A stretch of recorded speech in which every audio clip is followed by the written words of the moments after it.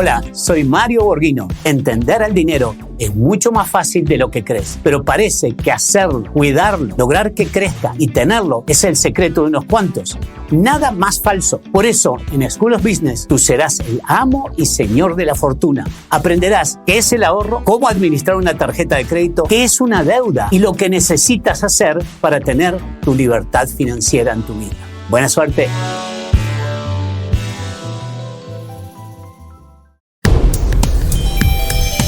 Esta es una producción de Marta de Baile.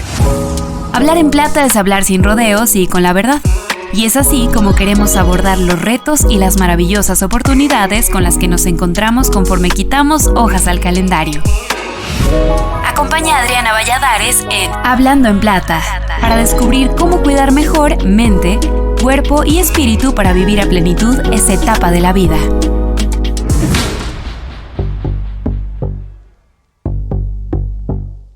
Hola, bienvenidos a Hablando en Plata, el podcast donde exploramos los desafíos y las oportunidades para vivir una madurez plena.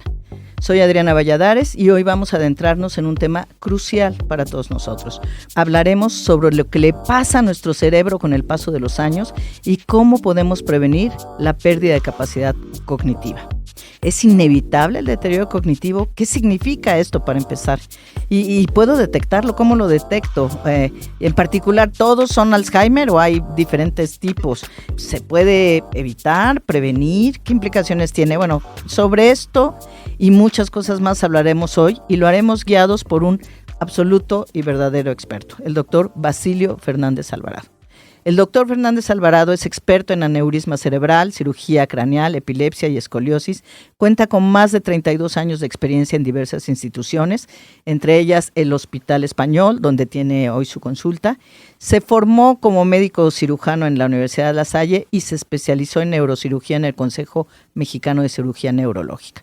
Forma parte de distintas asociaciones, entre las que destaca la Sociedad Mexicana de Cirugía Neurológica. Es sin duda un doctor neurocirujano de enorme reconocimiento como uno de los mejores especialistas en nuestro país. Bienvenido, muchísimas gracias por estar aquí. Sé que su agenda es complicadísima por la cantidad de cirugías que tiene y sé que realmente hacerse un espacio para estar hoy con nosotros de verdad es una concesión. Lo aprecio mucho, bienvenido. Muchas gracias, Adriana. Al contrario, el agradecido soy yo por la oportunidad que me dan de estar en este foro y poder platicar un poquito de las experiencias que tenemos sobre este tema. Muchas gracias. Y pues empecemos por el principio. ¿Qué le pasa al cerebro conforme van pasando los años y arrancamos hojas al calendario? Como todo en la vida hay un ciclo. Ese ciclo comienza y ese ciclo tiene que terminar. Y eventualmente con el paso de los años, las funciones se van deteriorando, las actividades van perdiéndose, y así como el corazón, por ejemplo, deja de funcionar, insuficiencia cardíaca, el hígado puede dejar de funcionar, el sistema nervioso obviamente que no se escapa, porque además es un órgano que constantemente está trabajando y está funcionando. Gran diferencia con otros órganos del cuerpo. El cerebro tiene células, las neuronas, que no se reproducen. Son altamente especializadas y cuando cumplen un ciclo de vida y mueren, pues no hay forma de sustituirlas. Entonces, eventualmente existe un deterioro del funcionamiento del sistema nervioso, dada la pérdida de estas células, tanto en cantidad como en calidad funcional. ¿Y esto conduce y es lo que se llama deterioro cognitivo? Es lo que se llama deterioro cognitivo. Para nosotros poder hacer un análisis de qué es lo que sucede, pues bueno, primero tenemos que comenzar por saber qué es la conciencia. ¿Qué es la conciencia? Pues la conciencia es saber quién soy y darme cuenta del medio ambiente que me rodea. Tiempo, espacio, persona. Entonces, esa es la conciencia, saber quién soy y qué me rodea. Cuando esa facultad de saber quién soy, quién me rodea, con quién interactúo, que mis conocimientos, mis recuerdos, mi personalidad empieza a deteriorarse, pues obviamente empieza a perderse ese conocimiento del medio ambiente, y eso es a lo que se le conoce como un deterioro cognitivo. Ok. Yo de pronto pensaba que tenía más que ver, pero creo que no, con la agilidad mental. No es un tema de agilidad, es un tema de entorno. Me imagino que es un componente, pero no es realmente la señal. No, la señal no es la agilidad mental. Hay personas, adultos con edad bastante avanzada, que a pesar de que su proceso de pensamiento pueda ser lento, es correcto. Uh-huh. Hay personas que tienen que tener un proceso de pensamiento muy rápido, pero puede ser erróneo. Y pueden tener errores de juicio en ese proceso de pensamiento. Ok, no es un indicador. Wow. No. Hablaba de memoria, etcétera, entre estas cosas. ¿Cómo afecta estos años esa capacidad cognitiva y la memoria? ¿Se van perdiendo espacios? ¿Cómo funciona? Sí. La memoria es un mecanismo complejo que tenemos en el cerebro, así como hablar. Hablar es un mecanismo muy complicado. El poder entender lo que me dicen, procesar la información y emitir una respuesta es algo muy complicado. La memoria también. Entonces la memoria requiere de la correcta sincronización y de la correcta secuencia de estructuras cerebrales que principalmente se localizan en el lóbulo temporal. El cerebro tiene 4 lóbulos: frontal, que se dedica al movimiento; parietal, que es sensitivo; occipital, que nos permite ver la visión, integramos las imágenes por el lóbulo occipital, y el lóbulo temporal, que es de los más complicaditos por la serie de funciones que tiene. Una de las funciones importantes que tiene es la memoria, y la memoria requiere la integridad de las células cerebrales en ese sitio, y resulta que cuando nosotros vamos envejeciendo o cuando hay algún tipo de deterioro neurológico y destrucción celular, las células que empiezan inicialmente a perderse son las del lóbulo temporal. Oh. Y entonces esto es un circuito. Y entonces si usted tiene un engranaje que funciona perfecto, es un engranaje, y a uno de los engranes le quita un diente, ese engranaje ya no funcionó adecuadamente y empieza a mal funcionar ese sistema. Okay. Y si ese sistema es la memoria que está en el lóbulo temporal, pues lo primero que se va a deteriorar es la memoria. Y dependiendo de la gravedad del problema en el engranaje, que me gusta mucho la antología, la imagen, puede ser, digamos que puede seguir funcionando aunque deficiente, o puede realmente ser ya dejar de funcionar si todos los dientes ya no gira la tuerca. Claro, o si varios dientes de varios circuitos se perdieron, pues ya las conexiones se pierden. Ahora, aquí viene otra cosa también interesante que tenemos que analizar. ¿Cuántos tipos de memoria hay? Okay. Hay memoria reciente y hay memoria tardía. Y entonces, si partimos del hecho de que son circuitos y son sustancias químicas que deben de pasar por esos circuitos y deben de mantenerse, entre más veces pasen estas sustancias químicas por esos circuitos, mejor memoria o mejor recuerdo de las cosas se conserva. Antes, para aprender un número telefónico, pues uno tenía que repetirlo, o para aprenderse las tablas en la escuela, había que repetirlas hasta que quedaban grabadas en la memoria. Ahora los números telefónicos no nos los sabemos. Nadie porque tenemos los celulares y ahí viene todo. El problema es cuando pierdes tu celular, pierdes tu memoria. Claro. Pero bueno, el punto es que la memoria tardía, como son circuitos que se han practicado durante muchos años, es la que más difícilmente se pierde. En cambio, la memoria reciente, que son eventos que se hacen el día de ayer, la semana pasada, son los que más fácilmente se pierden porque no se graban con tanta intensidad como los eventos antiguos. De tal suerte que la memoria temprana o la memoria a corto plazo es la primera que empezamos a perder, a diferencia de la memoria tardía, y eso es muy notorio, el enfermo lo dice. Es que, o el familiar del enfermo lo dice, es que se acuerda de cosas que pasaron, pero sí, ciertamente y tradicionalmente el deterioro cognitivo es mucho mayor en mujeres sobre los hombres. ¿De verdad? Sí, claro. Yo no sé si influye también la longevidad. Claro. Porque las damas llegan a vivir más que los hombres. Claro, puede ser. Sí, hay muchas cosas que porque vivimos más, nos pasan. Pero ahorita, por ejemplo, que hablaba de estas actividades que antes las mujeres no realizábamos, eso hace, juega a favor o en contra, porque entonces quiere decir que si de por sí ya era más prevalente en mujeres y ahora con estos factores quiere decir que aumenta negativamente esa prevalencia. Claro. Ok. Claro, la fumada, por ejemplo, los cuidados que se tienen, ahora son diferentes.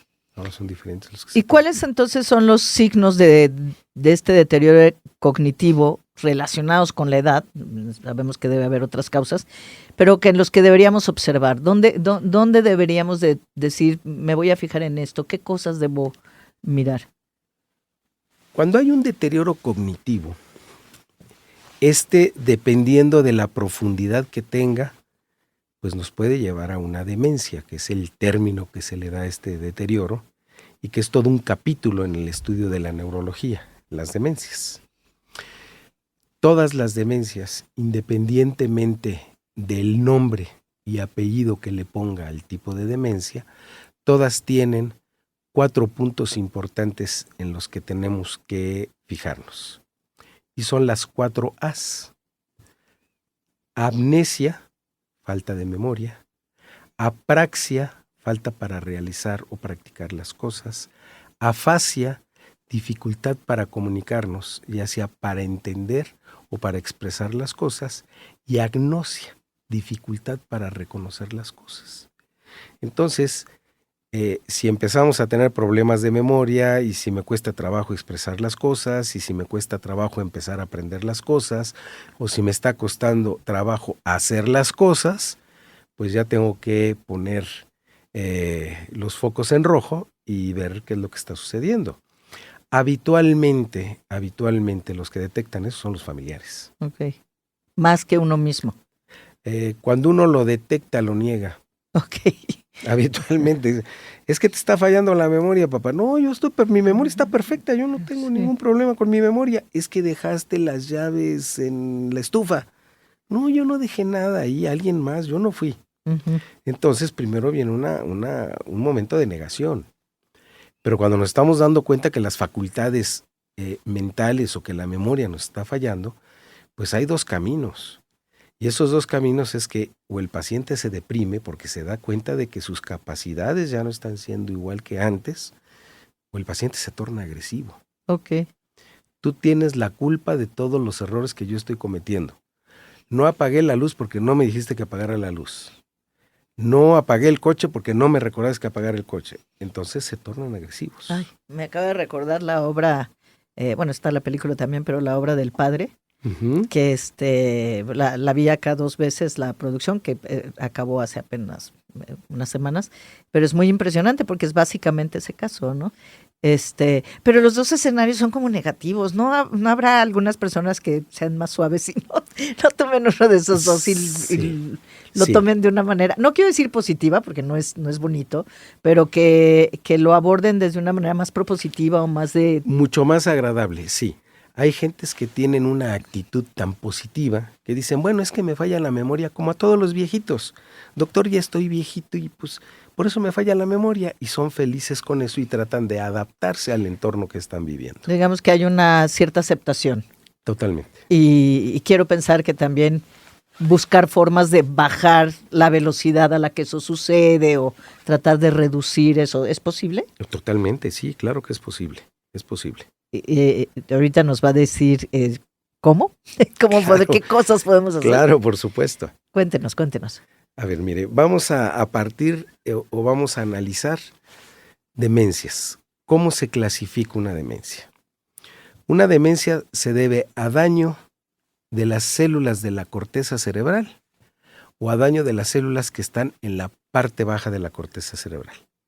Normalmente las neuronas, que es la célula funcional del cerebro, se encuentra a nivel de la corteza cerebral y se ven grisecitas, por eso se llama la materia gris. Por debajo hay comunicaciones y esas comunicaciones se conoce como sustancia blanca. Pero abajo también hay grupos de células que funcionan y que intervienen en el funcionamiento. Cuando se lesionan los engranajes o los dientes del engrane de la corteza cerebral, aparece lo que se llaman las demencias corticales o primarias. Cuando aparecen o se dañan los engranajes de las neuronas de abajo, se llaman demencias subcorticales. Ejemplo, una demencia cortical, la más frecuente, la más conocida, la enfermedad de Alzheimer. Ujú. Una demencia subcortical se puede asociar con la enfermedad de Parkinson, por ejemplo. Ok. La enfermedad de Parkinson eventualmente puede terminar en un cuadro demencial, también por pérdida de células o por pérdida de los dientes de los engranajes. Ujú. Pero también hay demencias secundarias. Si usted tiene infarto cerebral, puede tener una demencia o desarrollar una demencia. Si usted tiene una infección cerebral, puede desarrollar una demencia. Si usted tiene un tumor cerebral, puede desarrollar una demencia. Se llaman demencias secundarias. Entonces, por eso, cuando empiece a haber un deterioro de la memoria, de la capacidad de comunicación, de la capacidad de entendimiento, de la capacidad para realizar las cosas, hay que prender los focos y hay que acudir a una consulta para valorar. Esencia, sexual, están buscando términos porque es una nueva etapa de desarrollo. Pero ¿hay algo que podamos hacer en nuestros hábitos, además de la alimentación? Y déjeme decirle algo, saliéndome un poquito antes de esto. Mi terror en la vida ha sido el Alzheimer. O sea, eso es lo que a mí, mirando hacia el futuro y hacia la vejez, eso es lo que más miedo me da. Y entonces en mi imaginación o mi cabeza yo pienso que hacer ciertas cosas me va a ayudar. Entonces digo, voy a aprender otro idioma para mantenerme activa. Y siempre estoy buscando cosas que me estimulen para que, según yo, eso va a ayudar a que tal vez no me suceda, ¿no? ¿Es cierto? ¿Estoy loca? ¿Hay algo de eso? Mire, loca se oye más feo que demencia. Pero eventualmente no, lo está haciendo perfectamente bien. Si nosotros tenemos una dieta sana, si nosotros comemos más vegetales, si comemos más frutas, si comemos más cereales, eso es sano. Si nosotros hacemos ejercicio, no vamos a ser maratonistas ni competidores olímpicos, pero si se hace una rutina de media hora, 40 minutos todos los días de caminata, ejercicios aeróbicos de bajo impacto, de cardio, mantener una condición saludable de nuestro cuerpo, eso ayuda perfectamente. 2, volvemos al tema que había platicado. Si se es hipertenso, pues controlar la hipertensión, la diabetes. Si se fuma, hay que dejar de fumar. El tabaco es uno de los factores de riesgo importantísimos que condicionan enfermedad vascular. Incluso hay unos que ya están diseñados como ejercicio, como gimnasia cerebral, y que ponen retos diferentes y le dicen, este es para tal habilidad o tal destreza. Yo encuentro que son muy positivos, pero no sé si es cierto, ¿no? Es cierto. Mencionaba que la memoria o el funcionamiento del cerebro básicamente se debe a la comunicación de las células a través de sustancias químicas. Si se pierden las células y si la cantidad o calidad de las sustancias químicas se pierde, pues va a haber un deterioro inevitable. Haga usted lo que quiera hacer.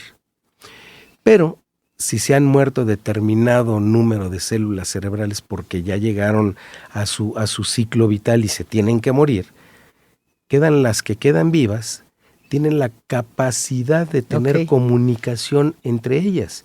Y si usted facilita esa comunicación a lo que se le llama plasticidad cerebral, pues las cosas van a ir bien. O sea, si están fortalecidas, pueden agarrar un poco de la carga que ya no están haciendo las que desaparecieron. Totalmente. Totalmente. Yo incluso soy medio loca y entonces también agarro videojuegos y decidí aprender a jugar videojuegos. Y me ha impresionado mucho porque desde mi punto de vista me ha permitido recuperar incluso algunas características que uno tiene en la infancia, que es, por ejemplo, intentar hasta que sale, ¿no? Esta cosa de buscarle por dónde y yo creo que eso es un gran ejercicio mental, porque por aquí no fue, por acá, etcétera, estos juegos de palabras, etcétera. Entonces, yo creo que la invitación es un poco a que no vean feo a alguien cuando esté jugando un jueguito, más bien súmense a jugar, jueguen estos juegos de palabras ahora en el teléfono con amigos o con familiares. Es una forma también de estar presente y en contacto, pero que les ayude a estimular. Sí, me gustaría si entramos un poquito más a detalle ahora en el tema de Alzheimer en particular, que es como no sé si es el más serio o el más temido es el más ¿dónde común. está en la escala? ¿Es el más común? Es el más común. Todos los tipos de deterioro cognitivo lo van a llevar al paciente a lo mismo. Okay. A las 4 A's que decíamos. Okay. Afasia, amnesia, apraxia y agnosia. Inevitablemente, llámele como le llame, o sea, la causa que sea. Alzheimer, primero, es la más frecuente. Segundo, es la más conocida. Y obviamente, todo mundo habla de Alzheimer. Y empieza alguien a tener falla de memoria y todos ya hablan del alemán. Es que ya me está persiguiendo y es que ya no tengo esto y es que me va a dar. Y dada la desinformación que existe acerca de la enfermedad, pues mucha gente entra en pánico. Como usted, jovencita. Usted dice, mi peor miedo es tener Alzheimer y pues usted no sabe si va a tener o no. Nadie sabe si vamos a tener o no. Hay factores predictivos, estudios que se pueden hacer con la finalidad de tratar de valorar en una forma preventiva la posibilidad de que si se va a desarrollar o no. Estudios de sangre, estudios en líquido cefalorraquídeo, marcadores, búsqueda de marcadores específicos que nos pueden orientar a que el paciente puede desarrollar la enfermedad. Pero muchos de ellos son estudios muy caros. Por ejemplo, hay un estudio que se llama el PET scan, que es una tomografía por emisión de positrones. Es un estudio costoso, es un estudio funcional, es un estudio muy útil que nos ayuda a ver el funcionamiento del cerebro. Y entonces, si en ese PET scan la actividad funcional de las células del lóbulo temporal está disminuida, pues eventualmente se puede sospechar en la enfermedad, esto asociado a otro tipo de marcadores.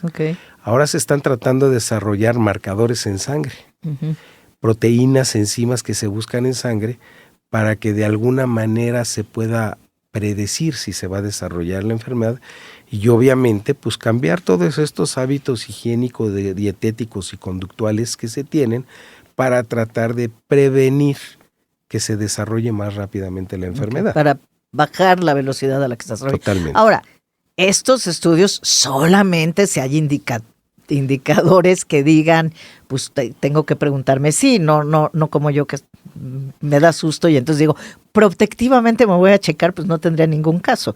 Eventualmente, y la tendencia es que se pueda hacer. Como decir, las damas hacer una mastografía o un papanicolau cada 6 meses, cada año, es algo profiláctico. Después de los 40 años en los hombres, un examen de próstata es algo preventivo. Bueno, la idea es tratar de conseguir estudios lo suficientemente accesibles para que en un futuro le puedan decir, oye, si sigues fumando, pues, tú tienes propensión a tener Alzheimer y si sigues fumando, pues las posibilidades van a aumentar rápidamente. Y eso se ve más o menos cerca en el horizonte, ¿no? Que se pueda tener ese estudio. O sea, porque ya existe, claro. Nada más es que esté asequible. Es correcto, sí. Y se siguen haciendo investigaciones para buscar esas proteínas, sobre todo en sangre. A nivel sangre porque es más fácil, es lo más fácil que ir a hacer una muestra de líquido cefalorraquídeo. Es un poquito más complicado, no imposible, pero más complicado, solo para ver en forma preventiva si voy a tener o no, es una prueba un poquito pesada. Sí, pero también además ha habido muchos avances en términos de posibles, no sé si decir cura es la palabra, pero no hay, porque lo que se ha dicho, ¿qué es lo que se ha avanzado entonces? ¿En dónde hay avances en el tratamiento? La enfermedad de Alzheimer es una enfermedad degenerativa, en la cual se pierden las células. Y se pierden porque hay una alteración en las cadenas de las células, en las cuales hay una falla y se acumulan muchas proteínas dentro de las células. Al acumularse proteínas dentro de las células, me refiero a las neuronas, se mueren las neuronas porque se pierde la información. En eso consiste la enfermedad, en que se empiezan a acumular proteínas en forma excesiva, proteína beta en forma excesiva dentro de la célula cerebral y la mata. Y si se mueren las células cerebrales y se pierden las células cerebrales, pues hay un deterioro cognitivo más rápidamente progresivo. Es una enfermedad degenerativa crónica, progresiva, evolutiva y reversible. No hay forma de hacerla para atrás, pero sí las investigaciones que se han hecho sirven para tratar de retrasar la evolución natural de la enfermedad. La enfermedad va a continuar, inevitablemente, pero hay una serie de condicionantes como hábitos higiénico-dietéticos, como medicamentos, por ejemplo, que pueden ayudar a que esta progresión no sea tan rápidamente y hacer que la enfermedad sea mucho más lenta en cuanto a su evolución, sea más llevadera y se pueda tener mejor preparación para el manejo de estos pacientes. ¿Cómo se diferencia el Alzheimer de otras formas de demencia? Precisamente por eso, por los estudios diagnósticos que se hacen. Le repito, todos los deterioros cognitivos llevan las 4A, llevan esos 4 son esencialmente, son similares. Muy similares. Cuando se hacen los estudios diagnósticos, uno ya sabe si es Alzheimer, si es una demencia frontotemporal, si es una enfermedad o una demencia multiinfarto, si es una enfermedad por infección. Ahí ya le pone el apellido a la demencia. No sé si lo estoy entendiendo bien, pero es como las causas pueden ser diferentes, pero para el paciente no va a haber demasiada diferencia en los síntomas y en cómo lo vive. Es correcto. Okay. La evolución de la enfermedad va a ser la misma, tenga el nombre y el apellido que sea. Sin embargo, el tratamiento no es el mismo en unas que en otras. Y la forma de modificar la evolución de la enfermedad es diferente en unas y en otras, y por eso hay que tener el nombre y el apellido del deterioro cognitivo.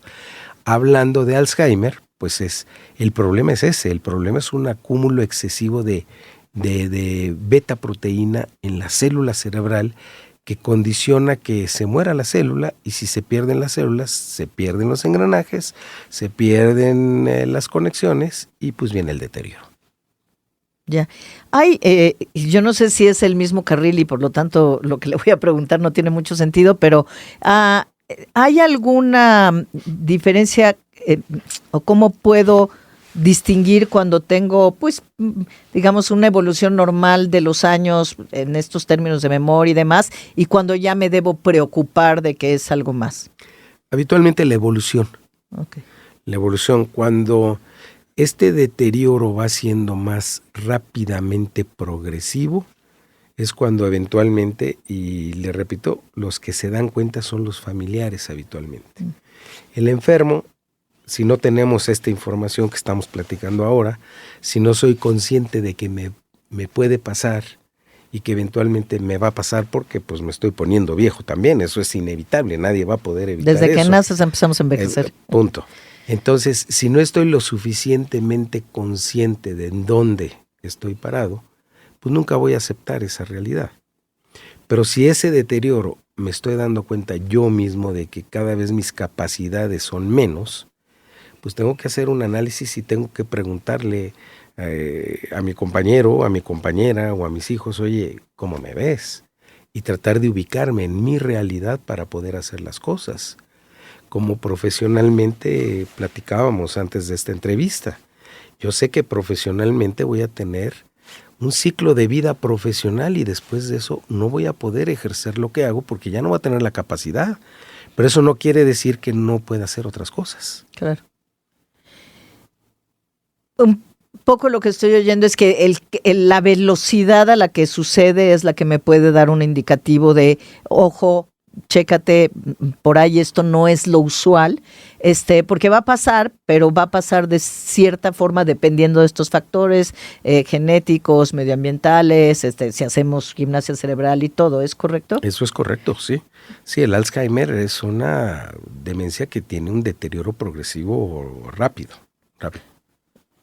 Ha mencionado en un par de ocasiones a los familiares, que de luego son los que se dan cuenta, etcétera. Y también muchas veces los familiares son los que tienen que, pues, cuidar, manejar esa situación con sus seres queridos. Y es muy complicado, parece ser muy complicado. ¿Qué recomendaciones daría a los familiares y cuidadores? O sea, primero a los familiares que ven algo y de repente, como dices, se enfrentan a que no es cierto, y después, cuando ya está diagnosticado, a los cuidadores para manejar mejor esta situación. Es una enfermedad que puede llegar a ser terriblemente desgastante para el núcleo familiar. Eventualmente, pues el paciente tiene su deterioro, que se puede dar cuenta o no, puede actuar sobre él o no, pero que eventualmente va a seguir progresando y va a seguir avanzando. Y hay un retroceso en todo. De repente no se acuerdan en dónde viven, no se acuerdan con quién viven, no se acuerdan en qué sitio es el adecuado para ir a hacer del baño. Y entonces todo eso se empieza a perder. Y socialmente, económicamente, pues condiciona problemas muy serios. Hay modelos de estos enfermos que no duermen. Y no duermen toda la noche y se la pasan gritando. Y como no ubican dónde están, gritan que los tienen secuestrados y cosas de este tipo. Y se vuelve un problema. ¿Ve por qué me da tanto miedo? Haga ejercicio. Sí. Y entonces se vuelve realmente un problema porque luego llega la policía, pues es que no, aquí vive, pero ya no se acuerda. Y entonces el familiar cercano, pues no duerme. Y al día siguiente, pues tiene que hacer sus actividades cotidianas y el enfermo se duerme y en 2 semanas está reventado el familiar o el ayudante o el cuidador o lo que sea. Primero se tiene que conocer la enfermedad, saber qué está pasando y asimilarla yo como familiar. Yo sé que mi papá o mi esposa ya no son y ya no van a ser lo que eran el año pasado y que cada vez se va a poner peor. 1. 2, tengo que pedir ayuda. Yo solo no voy a poder. Tiene que ser un grupo de personas. Una red de apoyo. Totalmente. Una sola persona cuidando. Es que es mi esposa y la adoro y no voy a dejarla por nada y la voy a cuidar hasta el fin del mundo. Sí, pero en 2 semanas estás reventado. ¿Sí? No aguantas. Se necesita pedir ayuda. Hay personas que en la actualidad se entrenan para el cuidado de este tipo de enfermos. Hay centros de día, como si fuéramos a la escuela otra vez. Así como recordamos la infancia igual. Llevan a la persona que tiene el deterioro